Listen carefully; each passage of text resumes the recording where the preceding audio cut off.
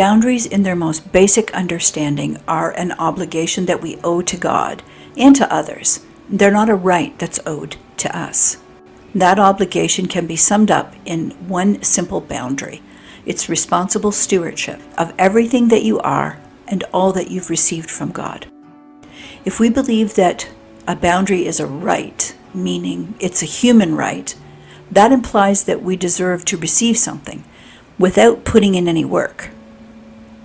And if you haven't done the work, it means you're capitalizing on what someone else has worked for or taken responsibility for. Receiving a benefit without doing the responsibility that's associated with it is the definition of entitlement. You know who is entitled to benefits without responsibility? Babies. They must have someone to take care of their needs because they can't do it for themselves yet. Babies have the right to boundaries. But as we grow, this entitlement has got to evolve into stewardship. Stewardship begins for all of us when we're born.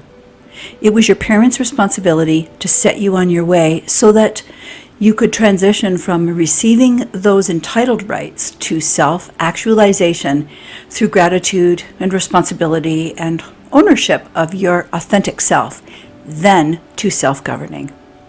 If you received this foundation from them, it gave you the strength and ability to begin seeing yourself as separate from your parents with your own personhood. As you got to know yourself more and more, you organically built your own boundaries. The more you assumed ownership and responsibility for yourself, your boundaries emerged as a very natural part of your personhood. That's what self-actualization is. And the highest form of actualization is taking responsibility for others as you take responsibility for yourself. But it has to begin with you, then it moves towards others. And that's why Jesus says to us to love others as you love yourself.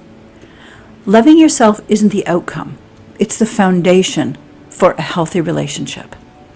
If your parents didn't transfer the responsibility of your care to you, to allow you to become self-sufficient, and if they didn't accept you for who you were, like accepting all the gifts and skills and talents that God specially created inside of you, you struggle with boundaries as an adult.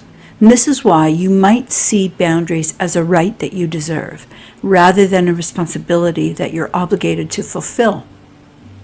You know, I'm not saying that we blame our parents or that we judge them. Usually, parents do their best with the knowledge and the resources that they had.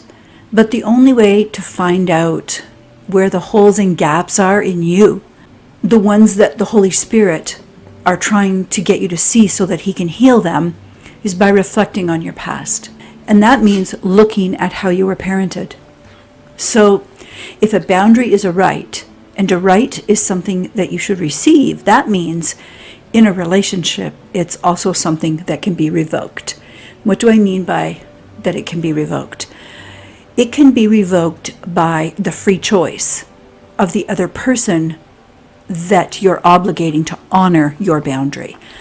And this is why boundaries as personal rights just don't work in certain kinds of marriages, meaning someone else has the power to turn you into a powerless or helpless victim simply by not honoring your boundaries. The litmus test for this is that you frequently, more often than not, you collapse on yourself for the favor of the other person.